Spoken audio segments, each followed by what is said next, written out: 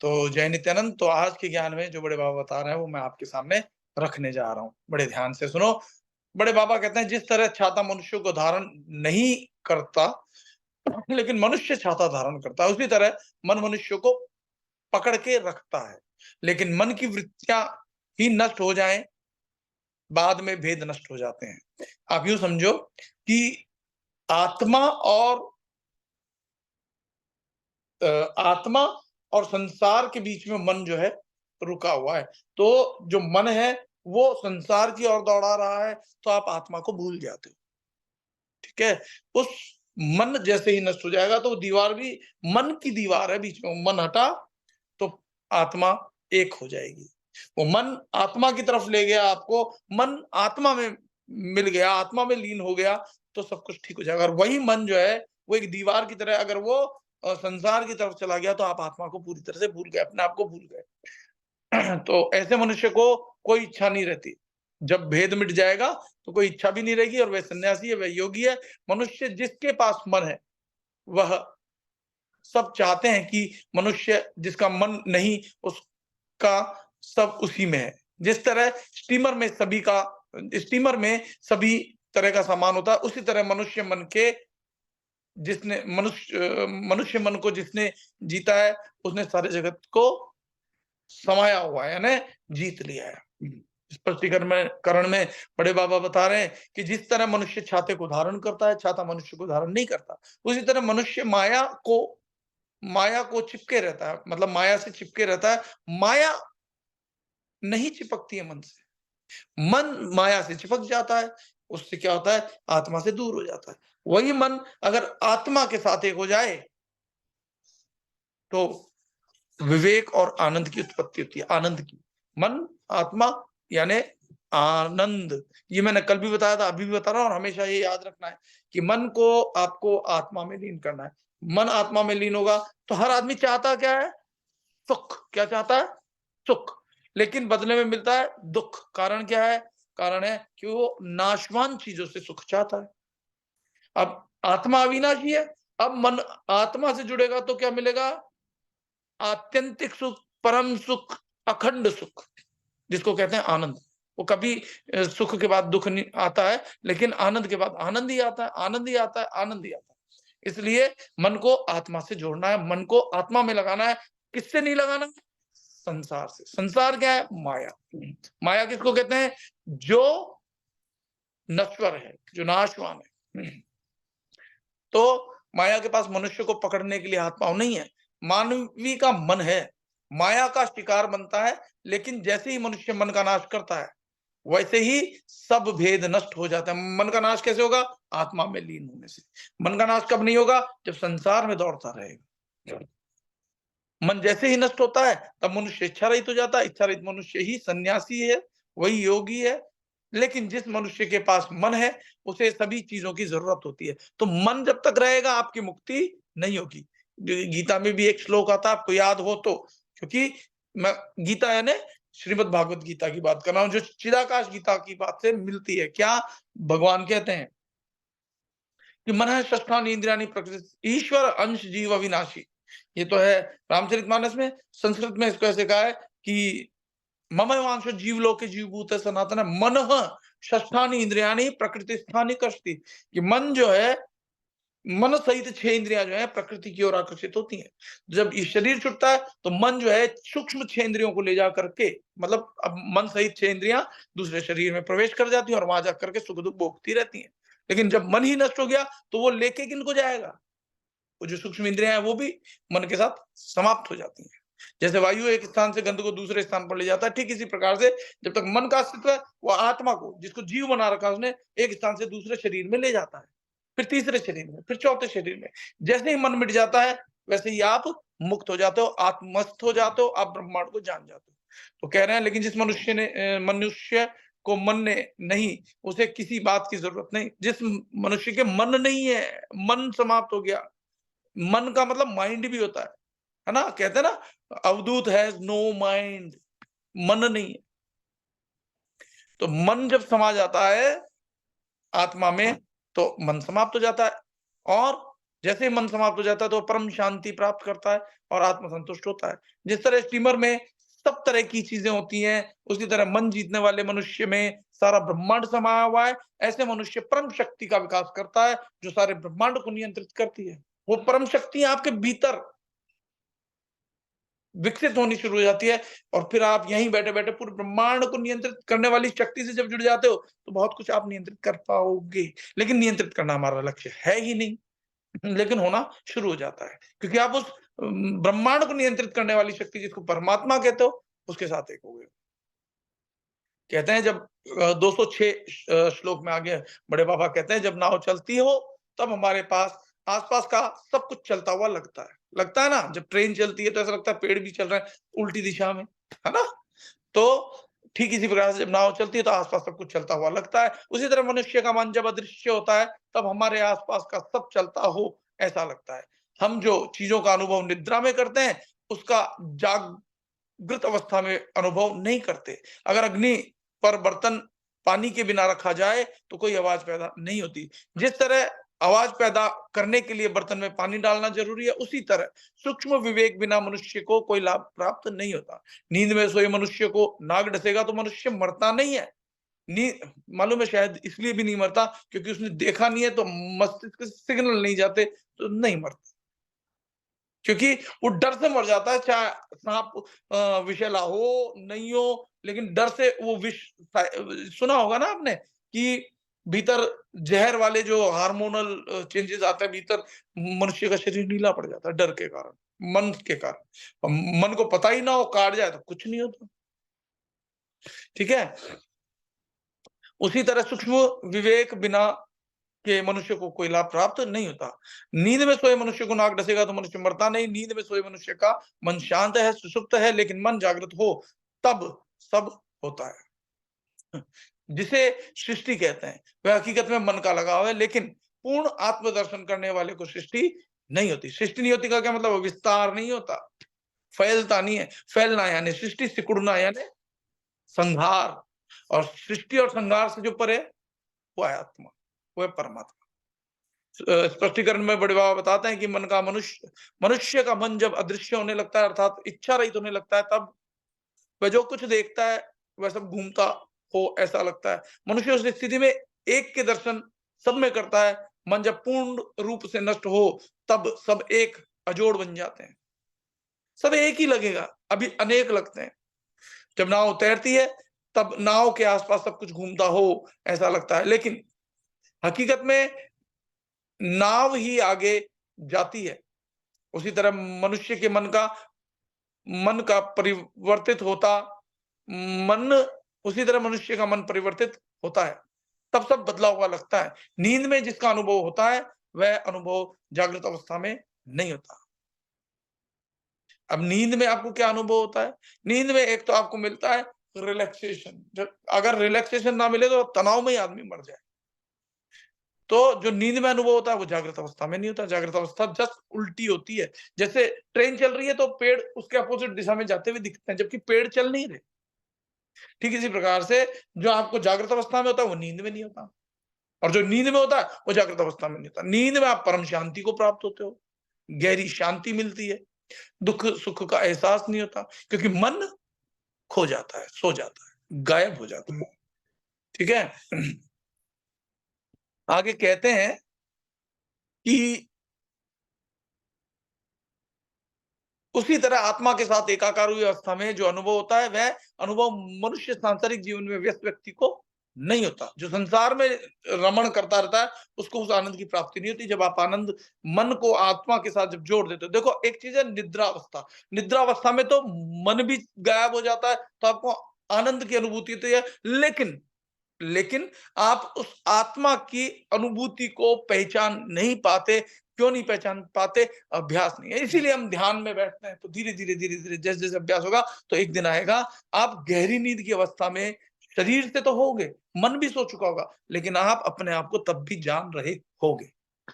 अभी नींद की अवस्था में आप अपने आप को ही नहीं जानते, भूले हुए होता है ना। नींद की अवस्था में किसी को पता थोड़ा ना होता है कि मैं हूं या नहीं हूं। अपने होने नहीं होने का अस्तित्व का भी पता नहीं होता। फिर सुबह जब जगते हो तो हाँ, अरे आज नींद बड़ी अच्छी आई।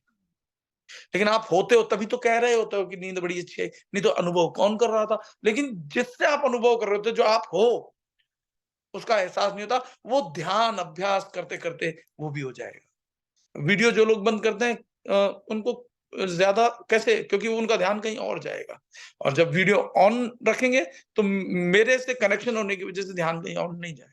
खैर, मर्ज़ी है आपकी। आगे बड़े बाबा कहते हैं कि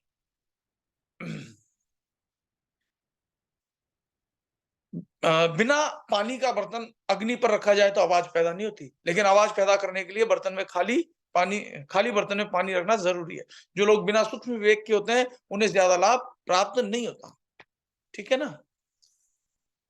उन्हें ज़्यादा लाभ प्राप्त नहीं होता, उन्हें आध्यात्मिक अभ्यास से भी कोई लाभ नहीं होता। आत्मा के साक्षात्कार के लिए सूक्ष्म विवेक ज़रूरी है। नींद में सर्प हमें डसता है, तो हमारी मृत्यु नहीं होती, क्योंकि हमारा मन शांत होता है, सुषुप्त होता है। मन को नष्ट किया जाए, तो सृष्टि जैसा कुछ नहीं रहता। ये सृष्टि ही दुखों का कारण है। जब हम पैदा हुए बहुत खुश थे और जैसे-जैसे रिश्ते बढ़ते चले गए, मकान जितना विस्तार हुआ, उतना दुःख हो गया और मैं सच बताऊँ जब एक कमरे के मकान का भी जब हम शुरू में यहाँ 2 कमरे के मकान में रहते थे, तो एक कमरे में मम्मी और एक ही कमरे में हम जब खाना खाते थे, सारे एक कमरे में होते थे। जगह ही कम होती थी, तो बात भी करते थे, हँसते भी थे, बोलते भी थे, एक प्रेम भी था। अब मकान जो है 2 मंजिल हो गया है, तो एक कमरा है, एक इधर है, ऊपर बच्चे अलग रहते हैं। बच्चों से कई बार तो ऐसा होता है कि एक बच्चे को तो देखे 3-3 4-4 दिन हो जाते हैं। वो आता है काम से सीधे ऊपर जाता है, ना उसको देखा होता है, ना देखते हैं। जितने बड़े कमरे, जितने ज़्यादा कमरे, अब कुछ कई दिन हो जाएँगे बच्चे को देखा ही नहीं होगा। खास तौर पे मैं पिताओं की बात कर रहा हूँ। माता के पास तो बच्चा आ जाता है फिर भी।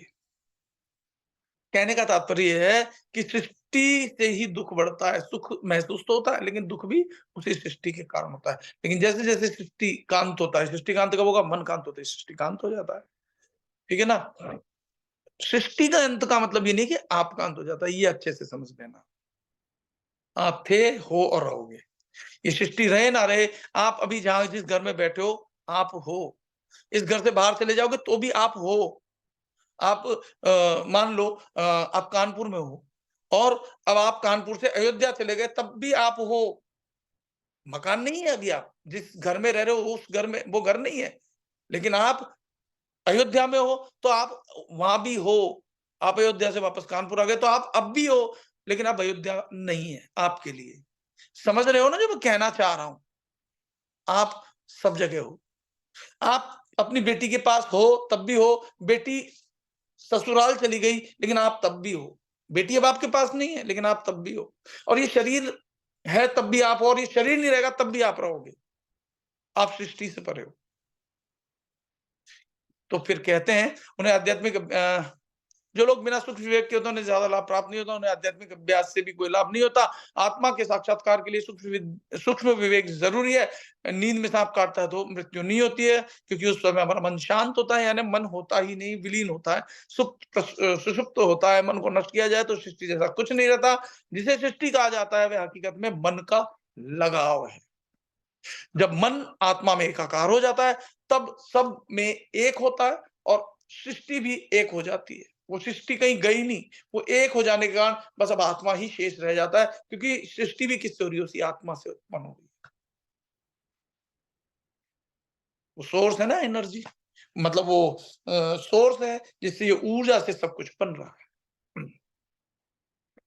फिर कहते हैं सृष्टि भी एक ही हो जाती है और आत्मा सर्वे सर्वा बन जाती है। सब आत्मा में ही होता है और आत्मा में ही सब होते हैं।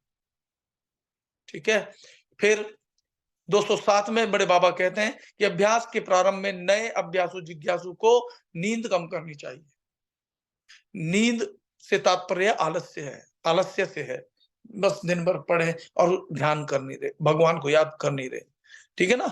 तो अभ्यास के प्रारंभ में नए जिज्ञासु को नींद कम करनी चाहिए। आहार का नियंत्रण करते वक्त ठंडे पानी से नहीं नहाना चाहिए। दिन में 4-5 घंटे में ठंडे पानी से रक्त संचार नियमित नहीं रहेगा। दिन में 4-5 घंटे में ठंडे पानी से रक्त संचार नियमित नहीं रहेगा। नाटक के कलाकारों शुरू में नेपथ्य में अभिनय करते हैं, शुरू में रहस्य रखना चाहिए, बाद में उसकी जरूरत नहीं है। पूरे भरे पानी के घड़े में पानी डाला जाए तो उसमें से पानी बाहर निकल जाता है। उसी तरह पूर्ण शांति सिद्धि करने वाले योगी का अस्तित्व सबको मालूम हो जाता है। ऐसा व्यक्ति इच्छा रहित होता है। अशांति पूर्णत्व का लक्षण है। पूर्ण शांति का अर्थ ईश्वर के साथ एकात्मता प्राप्त करना है। आप देखो, अगर आपने एक बार लबालब भर गए उस आत्मा के प्रकाश से, तो फिर बाहर की चीज डालोगे तो वो प्रवेश नहीं कर पाएगी, भरा हुआ है ना। तो एक बार जब तक आप उस अमृत को पूरा लबालब नहीं भर लेते हो, तब तक तब तक संदेह है संसार की चीज उसमें जा सकती है, खाली है। और जब भर जाएगा तो कुछ और जाएगा नहीं। जैसे भरे हुए घड़े में पानी में और पानी डालोगे तो पानी भर नहीं सकेगा, बह जाएगा बाहर। ठीक है, ये समझाने के लिए उदाहरण होता है, लेकिन लॉजिक माइंड लगाओगे तो फिर बहुत सारी चीजें फिर संदेह हो जाएगा। वो ध्यान से ही जाएगा, लगातार मेडिटेशन करने से ही जाएगा। फिर आगे बड़े बाबा कहते हैं कि अशांति, अच्छा, स्पष्टीकरण में बड़े बाबा कहते हैं कि अभ्यास के प्रारंभ में नए अभ्यासुओं को नींद कम करनी चाहिए। अभ्यास के साथ आहार का नियंत्रण करते वक्त वक्त ठंडे पानी से स्नान नहीं करना चाहिए, क्योंकि ठंडे पानी से बार बार नहाने से रक्त संचार अनियमित हो जाता है। शुरू में नव दीक्षित को गुप्त तौर पर अभ्यास करना चाहिए। नाटक के कलाकार प्रारंभ में पृष्ठभूमि में अभिनय करते हैं, बाद में ऐसा करने की जरूरत नहीं होती। जो नए लोग आते हैं ना, तो आपने देखा होगा, मैंने कोरस में कोरस बोले तो पीछे कलाकार होते हैं ना, उसमें जितेंद्र को भी किसी जमाने में डांस करते देखा है। नहीं होता, क्या कहते हैं, बैकग्राउंड हीरो आगे नाच रहा है और वो पीछे नाच रहे हैं, ऐसा कुछ।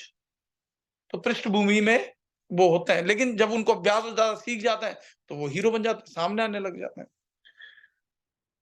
आप अगर उदाहरण से समझना चाहो तो जो बड़े बड़े नेता हैं आज, कोई प्रधानमंत्री, कोई क्या है, किसी जमाने वो बैकग्राउंड में सेवा करते थे।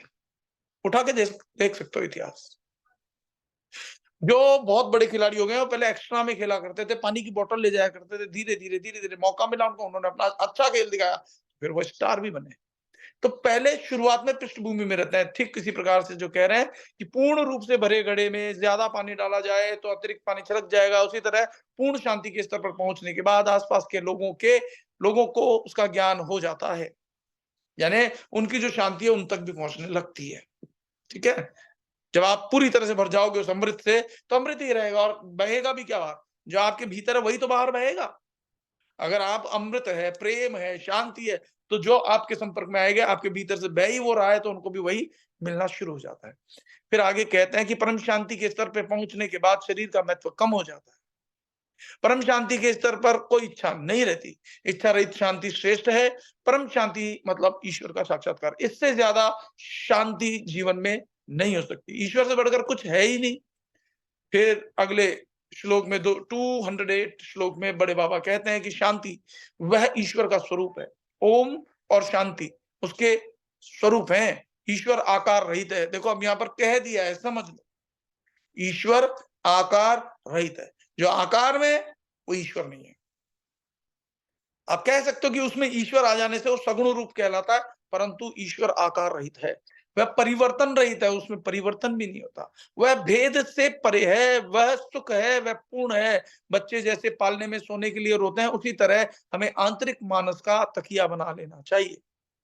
हम कसौटी में उत्तीर्ण नहीं होते तो नौकरी प्राप्त नहीं कर सकते। इंग्लिश बोलना आता है लेकिन लिखना न आए तो इंग्लिश का पूर्ण ज्ञान नहीं है। ठीक है, ईश्वर परम शांति है, ईश्वर ओंकार है। वह स्पष्टीकरण में बड़े बाबा बता रहे हैं, वह स्वरूपहीन है, परिवर्तनहीन है, वह भेद से परे है। ईश्वर परम सुख है। बच्चे जैसे पालने में सोने के लिए रोते हैं, उसी तरह हमें भी अंदरूनी निद्रा के लिए मानस के तकिए का आधार लेकर सो जाना चाहिए। हमें, यानी हम मन की स्थिति में ना, मनस्थिति मैंने बताई 3 स्थिति है, एक परिस्थिति, एक मनस्थिति, एक आत्मस्थिति। हमें मनस्थिति से आत्मस्थिति तक जाना है। अभी जो लोग परिस्थिति में ना, दूसरे पर निर्भर जो है, अपना अभ्यास के संसार पर जो निर्भर है, माया पर जो निर्भर है, उनकी स्थिति सबसे खराब है। कोई अगर आप बाहर किसी और परमात्मा को देख रहे हो, वो सबसे खराब स्थिति है। आपके भीतर जो बैठा है वही सच्चा परमात्मा है। बाहर वाला तो आप दिल्ली चले गए तो नहीं दिखाई देगा। अगर आपने घर में कोई मूर्ति रखी है, उसकी आप पूजा करते हो, श्रद्धा करते हो, आप दिल्ली गए तो मूर्ति अब कहाँ है आपके साथ, लेकिन आप तो हो। ये शरीर नहीं रहेगा तो आप रहोगे। उसको जानो जो अविनाशी है, जो हर समय आपके साथ है। शरीर नहीं रहने के बाद भी वो रहने वाला है। उसी प्रकार से इस मन को, मनस्थिति को आत्मस्थिति में परिवर्तित करना है। तो मानस का तकिए का मतलब ये है कि मन को उस गहरी निद्रा, कौन सी, आत्मा में लीन करना है। मन की वृत्तियों का नाश करके मनुष्य को आत्म साक्षात्कार करना चाहिए। मनुष्य नौकरी प्राप्त करना चाहता है तो उसे विविध तरह की कसौटी में उत्तीर्ण होना पड़ता है। इंग्लिश बोलना आता हो लेकिन लिखना ना आता हो तो इंग्लिश का पूरा ज्ञान है, ऐसा नहीं कह सकते आप। उसी तरह वेदांत की चर्चा करने से आत्मा का साक्षात्कार नहीं होता। जो लोग वेदांत के पाठ करके कर्मकांड और वो बड़ी बड़ी बोलने में बड़े प्रकांड पंडित दिखाई देते हैं, लेकिन अगर आत्मज्ञान नहीं है तो बेकार है वो। ठीक है, हमें आत्मा के परम सुख का आनंद प्राप्त करना चाहिए। और बिल्कुल आज का अंतिम श्लोक में लेता हूं, वो है 209। गला मूलाधार का स्थान है, जहां से स्पर्श शक्ति कुंडलनी पैदा होती है। हृदयाकाश चिदाकाश का स्थान गले में, मतलब मूलाधार में है। चिदाकाश हृदयाकाश आंखों के बीच में दो भ्रमरों के मध्य में होता है, जो कि मैं पहले बताता आ रहा हूं, यह गहरा रहस्य लिखा तो है पुस्तकों में, गीता में भी लिखा है, लेकिन जानता कोई नहीं है। कोई नहीं से मेरा मतलब जो नहीं जानता उनको मैं कोई कह रहा हूं, जानता कोई नहीं है। आप लोग जान रहे हो। हम दूसरे चक्रों में ध्यान करते हैं तो दूसरे चक्रों की शुद्धि होती है, संसार थोड़ा सा ठीक होने लगता है, बैलेंस होने लगता है। लेकिन अगर हम यहां से ही शुरू करें, परमात्मा को ही जब अब सौंप दिया इस जीवन का सब भार तुम्हारे हाथों में, सब भार तुम्हारे हाथों में है, जीत तुम्हारे हाथों में और हार तो फिर क्या शेष रह जाएगा? सब कुछ आपको प्राप्त हो जाएगा। फिर कहते हैं कि चिदाकाश हृदयाकाश, देखो गले से, गले में मतलब मूलाधार में है। वहां मतलब मूलाधार किसका हुआ? यहाँ मूलाधार किसका हुआ? परमात्मा का मूलाधार यहाँ से शुरू होता है, यहाँ पे मतलब ये यहाँ पर टिका।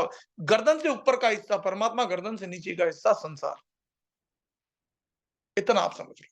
तो कह रहे हैं कि चिदाकाश हृदयाकाश आंखों के बीच में दो भ्रमरों के मध्य में होता है।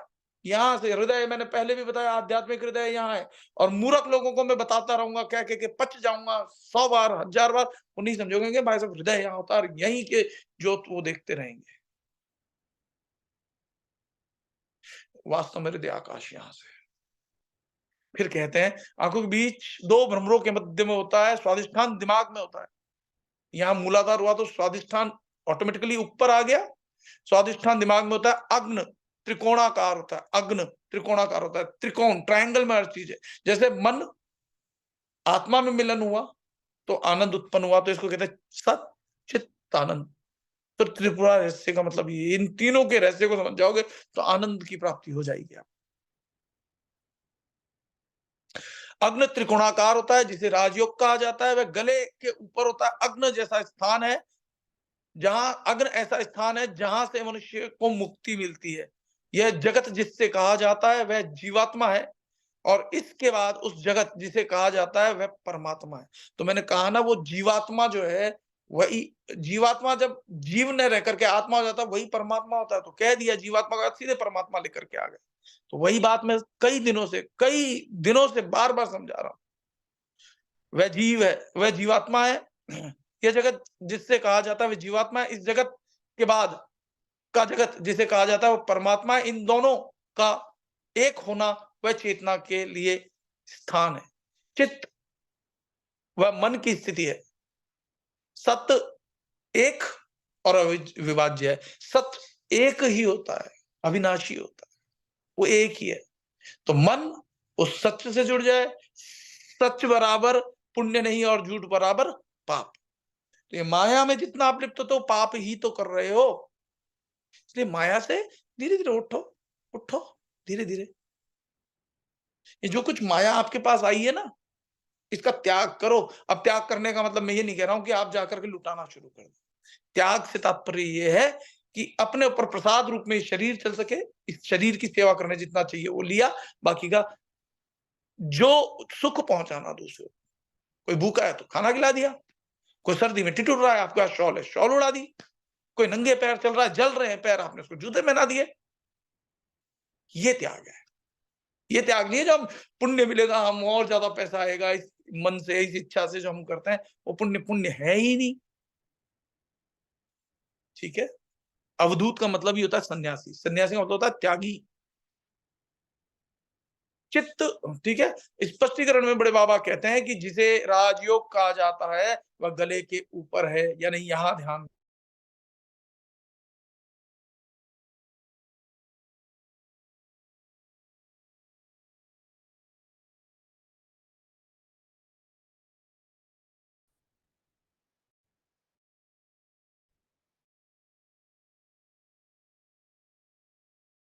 नहीं आ रही?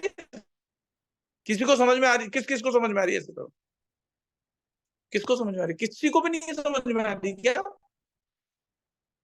केवल एक मीनू जी को समझ में आ रही है और किसी को समझ में नहीं आ रही जो मैं बता रहा हूं? गले से नीचे संसार की कुंडलनी शक्ति है, जो मूलाधार से शुरू होती है, नीचे से मूलाधार बताते हैं, रीढ़ की हड्डी से। हमें अब ध्यान कहां से करना है? यहां से ध्यान रखना, गले से ऊपर। गले से नीचे करोगे माया में फंसोगे। इसीलिए जो नीचे के अष्ट चक्र, ये चक्र, वो चक्रों के चक्रों में पड़े रहते हैं, वो फंस जाते हैं। राम रहीम आदि नाम मुझे नहीं लेना चाहिए, मुझे वो नहीं है, लेकिन समझाने के लिए थोड़ा सा मैं समझाना चाह रहा हूँ कि नीचे चक्रों को ज्यादा जागृत करोगे तो फिर फंसने की संभावनाएं ज्यादा रहेगी। ठीक है ना? वो संसार माया है, जकड़ ले। चलते हैं आगे। तो मूलाधार बाबा ने यहां से बताया गर्दन से, और संसार का मूलाधार नीचे से। तो जो यहां तक की साधना कराता है वो तो सब फंसा ही रहे। भोग और मोक्ष, तो भोग नीचे है, मोक्ष इससे ऊपर है। ठीक है। फिर आगे कहते हैं कि जिसे राजयोग कहा जाता है वह गले के ऊपर है, कुंडलनी जिसे सर्वशक्ति कहा जाता है सुषुम्ना के द्वारा गले के ऊपर। और गले गले में सर्प किसके होता है? आप तो समझो, शिव जी की फोटो देखते हो ना, शंकर भगवान की, तो गले में होता है ना सांप। तो कुंडलनी शक्ति, सर्प यानी चेतना शक्ति, गले में बताइए ना। अभी भी नहीं समझ रहे हो क्या? मुक्त वाली स्थिति गले से शुरू है। वो यहां से, मतलब अपने को ध्यान यहां करना है, सीधी सी बात ये। गले पे भी नहीं आना, गले से ऊपर, क्योंकि गले में जो है माँ भगवती का वास है।